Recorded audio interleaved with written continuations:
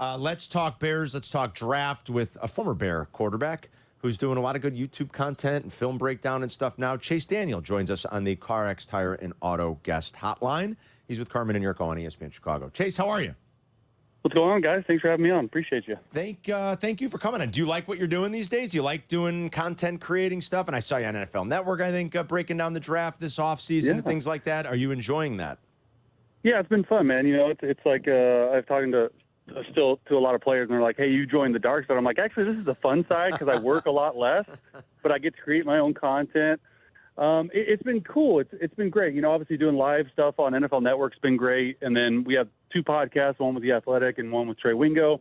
And then the gem of it has been this YouTube stuff that I had no idea about YouTube about a year ago. And now we have 50,000 subscribers. We're doing all these quarterback breakdowns, going to start doing receiver breakdowns. And it's just been fun because, you know, I played 14 years and I have all this pent up stuff and this knowledge that I want to get out, that I want to share, but in a way where people understand it, you know, and I think that's really what we've sort of created with the YouTube. It's been fun seeing it grow for sure. Well, I do like it when you guys, lend your expertise in that way for even those of us that watch a lot of football and feel somewhat knowledgeable. It's funny when I talk to my partner here who played 10 years in the league, or when I watch you do breakdown of quarterbacks, I'm like, man, I really don't know much about any of it. With that said, I watched your last one about Caleb Williams, and look, and you did a good job, I think, of pointing out strengths and even a couple of times some weaknesses and things you didn't love. But all in all, it seemed that there's a lot to like. We all know there's a lot to like about Caleb, but I got the impression that you thought that there's really a lot of things that make him one of these very elite level prospects. Is that true? Yeah, I mean, it is. Look, I've done two breakdowns on him on the channel. One, I did the Notre Dame game from this past year, which probably his worst game as a collegiate level player. And then I did another game, which he had like probably his best game. So I like really breaking down the good and the bad. With Caleb, there's way more good. Like he is probably, I mean, in my opinion, just purely based on film. Forget about everything else outside of it. Like, he's one of the better prospects I've seen in the last 5 or 6 years of any position, right? And quarterback's the most important position in sport. And he just has a knack, man, for finding the play that, even if it's not there, right? He makes a play.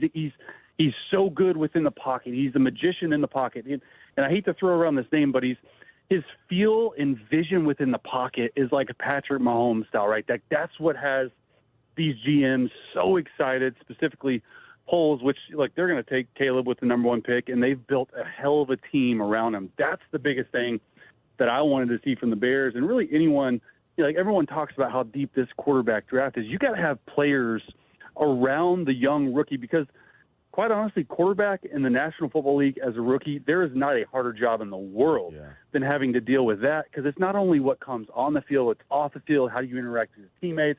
How do you study film? Like, in November, you're on a 2-game losing streak. Your wife's mad at you. You don't want to go to work. Your shoulder's sore. Like, how are you going to be in the scheme, and how are you going to be in the system? And so that's why it's so hard to evaluate quarterbacks in my mind. But I do love what he does, man. Like, he's special with the ball in his hands. The guy that was here held the ball for a long time before he decided he wanted to throw the ball. You get a little bit of that with Caleb Williams in the college game. Mm-hmm. Does that transfer to the pro game where he wants to hold the ball for an extended period of time, or can he get rid of that?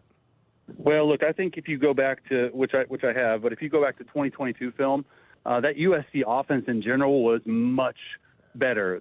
2023, man, their offense struggled. They didn't really have a true number 1 receiver. That offensive line was bottom 5 in all of FBS. So he really didn't have a lot of time. So it's really a lot of his film is like, hey, if one isn't there, he's just taking off and running and making a play outside of the pocket, which is great. But it also creates this hero ball mentality, right? You've heard a lot of people talk about, like, hey, I got to make this play. I got to do this. And it's because he was by far the best player on his team. He had no offensive skill makers, like, whatsoever, like, if I'm being honest. Now, you come here, you got DJ Moore, you got Keenan Allen, you got a retooled offensive line, you got some other weapons around you. You don't have to do that. So that's my biggest thing is can the coaches coach that out of him? Because that is real. That happened with him at USC, where he felt he had to make every single play, a lot of fumbles, didn't really throw a lot of interceptions. I think he threw 5 all of last year. He threw 3 that Notre Dame game I broke down. That's the biggest issue going in is like, hey, look, you are surrounded, first of all, by a top 5 defense really the last 10 games out of the year, right? What Flus was able to do with that defense side of the football.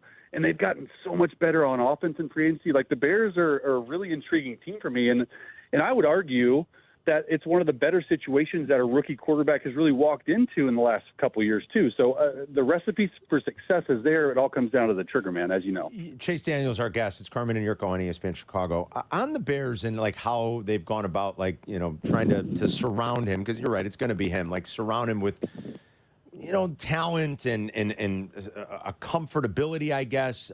Do they, in your opinion, and you spent time here, you spent 2 years here, Chase, and I know the regime was different, but for whatever reason that they failed, like, do you think, as far as you can tell, they've sort of fixed that, and for the first time they can find a way to nurture and develop a young quarterback and make him a franchise quarterback?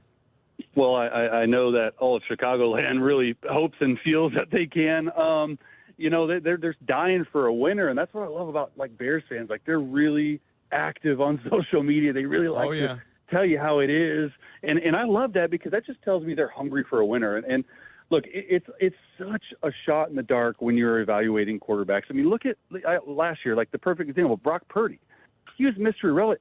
There's so many teams that pass him up multiple times, and San Francisco's like, hey, let's take a flyer on him, and then next year he's going to make $60 million a year. So it's like you just don't know how a guy's going to react when you put him in the system.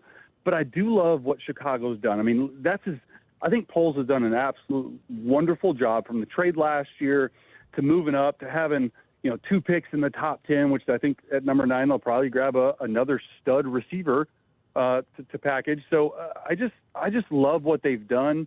And it's just crazy to me the fact that they have yet to have a guy throw for 4,000 yards in the season. Like that isn't normal, right? Nope. And I think that it does have a lot to do with your ability to bring Caleb Williams in and your ability to be able to coach him and your ability to be able to get the best out of him, right? You don't need this hero ball stuff. Like I like in playing NFL quarterback, sometimes it's boring. Like you just got to take a hitch. You just got to take a hitch. When the go ball goes, then you got to do it.